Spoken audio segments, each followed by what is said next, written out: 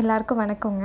இன்றைக்கி வேர்க்கடலை தக்காளி வச்சு ஒரு வித்தியாசமாக ஒரு சட்னி எப்படி பண்ணலாம்னு பார்ப்போம். ஃபஸ்ட்டு ஒரு பேனில் 1/2 கப் வேர்க்கடலை எடுத்து நல்லா வறுத்துக்கோங்க. ஒருவேளை ஆல்ரெடி நீங்கள் வறுத்த வேர்க்கடலை யூஸ் பண்ணுறீங்கன்னா அப்படி யூஸ் பண்ணிக்கலாம், வறுக்க தேவையில்லை. இது நல்லா இந்த மாதிரி கலர் சேஞ்ச் ஆகிற வரை வறுத்து எடுத்து ஆற வச்சதும் அதோட தொலியெல்லாம் எடுத்துக்கோங்க.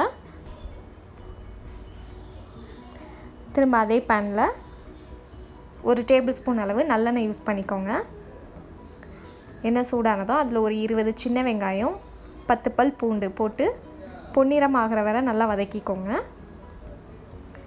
பொன்னிறம் ஆனதும் அதில் 1 டீஸ்பூன் மல்லி, 1/2 டீஸ்பூன் சீரகம் போட்டு அதையும் சேர்த்து வறுத்துக்கோங்க.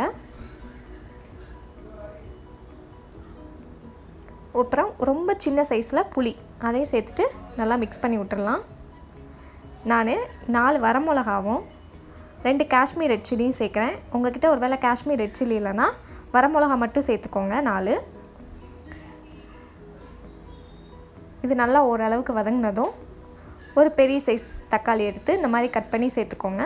அப்புறம் தேவையான அளவு உப்பு போட்டு எல்லாத்தையும் நல்லா கலந்து விட்டுடலாம். தக்காளி நல்லா மசிஞ்சு வர்ற அளவுக்கு வதக்கிக்கோங்க. இந்த மாதிரி தக்காளி மசிஞ்சு வந்ததும் நம்ம தொலியெல்லாம் எடுத்து வச்சுருக்கிற வேர்க்கடலையை சேர்த்துட்டு ஒரு நிமிஷம் நல்லா வதக்கிட்டு ஆஃப் பண்ணிடலாம். இப்போ ஆறுனதும் இந்த மாதிரி மிக்ஸி ஜாரில் தண்ணி எதுவும் ஊற்றாமல் நல்லா பேஸ்ட்டாக அரைச்சிக்கோங்க.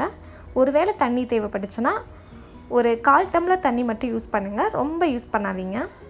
பாருங்கள், நல்லா இந்த மாதிரி பேஸ்ட்டாக அரைச்சி எடுத்துகிட்டு இப்போ இதை தாளிச்சுக்கலாம்.